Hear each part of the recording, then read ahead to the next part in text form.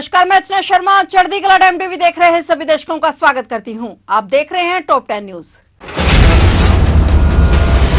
भारत ने पाकिस्तान पर कड़ा प्रहार किया है। भारतीय सेना ने हार्पी ड्रोन से पाकिस्तान के डिफेंस सिस्टम को तबाह कर दिया। ऑपरेशन सिंदूर के बाद भारत ने पाकिस्तान को बड़ा झटका दिया है। भारतीय सेना ने पाकिस्तान के हमले की कोशिश को नाकाम कर कड़ा प्रहार किया है। भारतीय सेनाओं ने आज पाकिस्तान की ओर से 15 भारतीय सैन्य ठिकानों पर दागी गई मिसाइलों को नष्ट कर दिया है। वहीं दूसरी तरफ भारत के जवाबी ड्रोन हमले में पाकिस्तान का एयर डिफेंस सिस्टम HQ तबाह हो गया और ये जानकारी रक्षा मंत्रालय ने साझा की है।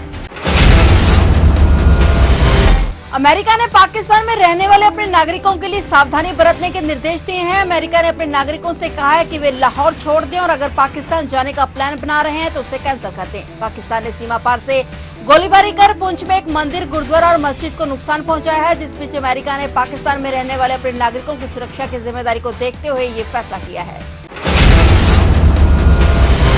पंजाब के सीमावर्ती जिला गुरदासपुर में रोज रात को ब्लैकआउट रहेगा। अगले आदेश तक रात 9 बजे से अगले दिन सुबह 5 बजे तक ब्लैकआउट लागू रहेगा। पूरा जिला रात को अंधेरे में डूबा रहेगा। गुरदासपुर पाकिस्तान बॉर्डर के साथ सटा हुआ है और भारत पाक सीमा पर संवेदनशील माहौल के कारण भारत सरकार और पंजाब सरकार ने यह आदेश जारी किया है।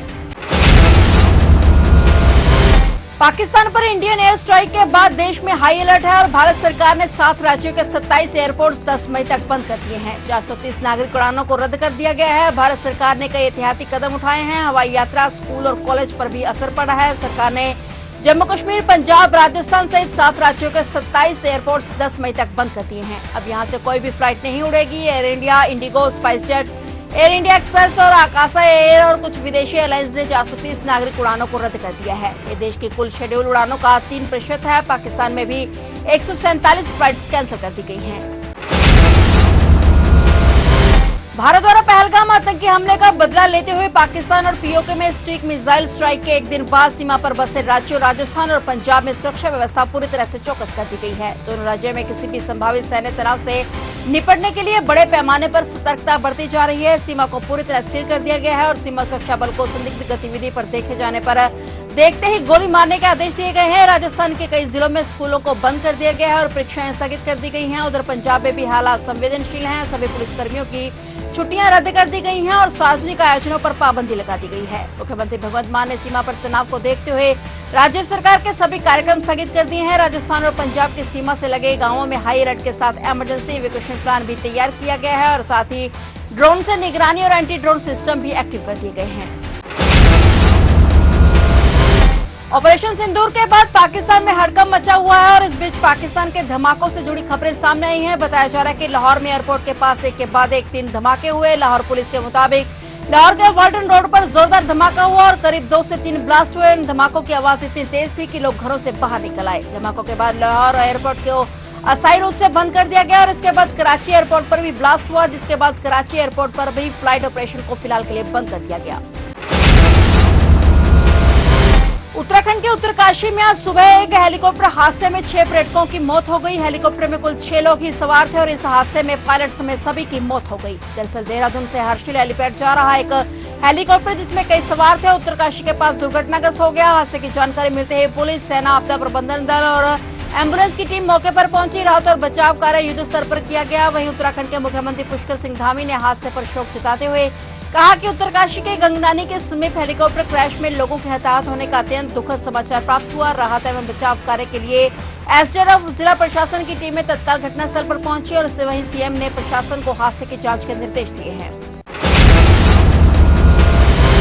छत्तीसगढ़ के बीजापुर इलाके में कर्रेगुट्टा ऑपरेशन के बीच तेलंगाना में बड़ा नक्सली हमला हुआ है। नक्सलियों ने एक बार फिर कायराना हमला करते हुए पुलिस बल को निशाना बनाया है। कर्रेगुट्टा ऑपरेशन के दौरान जब तेलंगाना पुलिस के जवान नक्सल विरोधी अभियान पर निकले हुए थे तभी नक्सलियों ने वाजेड़ इलाके के पास IED ब्लास्ट कर दिया और इस भीषण धमाके में 3 जवान शहीद हो गए जबकि 3 गंभीर रूप से घायल हो गए। और हमले के बाद पूरे क्षेत्र में तनाव का माहौल है और सुरक्षा बलों ने मोर्चा संभालते हुए इलाके में मुठभेड़ शुरू कर दी। फिलहाल मुठभेड़ जारी है और सुरक्षा बल नक्सलियों को मुंह तोड़ जवाब दे रहे हैं। देश भर में जहां डिजिटल लेन देन को बढ़ावा दिया जा रहा है, एक बार फिर बड़ा फैसला महाराष्ट्र के नागपुर से सामने आया है जिसमें रोजाना पेट्रोल पंप पर जाने वाले लोगों की चिंता को बढ़ा दिया है। मोबाइल स्कैन कर पेट्रोल भरवाने वाले वाहन चालकों के लिए अब मुश्किल बड़ी होने वाली है क्योंकि नागपुर के सभी पेट्रोल पंपों पर डिजिटल पेमेंट बंद करने का फैसला लिया गया है। इधर पेट्रोलियम डीलर्स एसोसिएशन ने ऐलान किया है कि 10 मई 2025 से नागपुर के सभी पेट्रोल पंपों पर डिजिटल पेमेंट को पूरी तरह से बंद कर दिया जाएगा। इसका सीधा मतलब है कि अब पेट्रोल या डीजल भरवाने के लिए आपको कैश लेकर जाना जरूरी होगा, वरना आपको ईंधन नहीं मिलेगा। फिलहाल लोग पेटीएम और गूगल पे, फोन पे, कार्ड आदि के जरिए भुगतान करते हैं, लेकिन ये सुविधा अब बंद हो जाएगी। पेट्रोल पंप संचालकों ने पहले से ही ग्राहकों को सतर्क करना शुरू कर दिया है। ये निर्णय किसी तकनीकी खराबी या सरकारी आदेश के तहत नहीं लिया गया, बल्कि पेट्रोल पंप मालिकों की साइबर फ्रॉड से तंग आकर ये फैसला लिया है।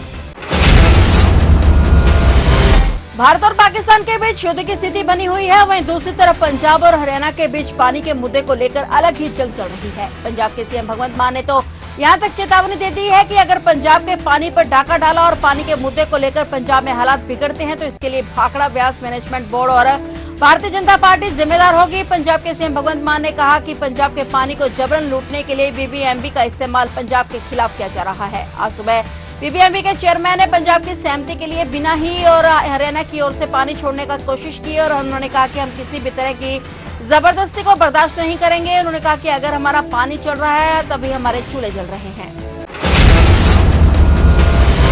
फिलहाल टॉप 10 न्यूज में इतना ही और नए समाचारों के साथ फिर से हाजिर होंगे। तब तक के लिए देखते रहिए चढ़ती कला टाइम टीवी।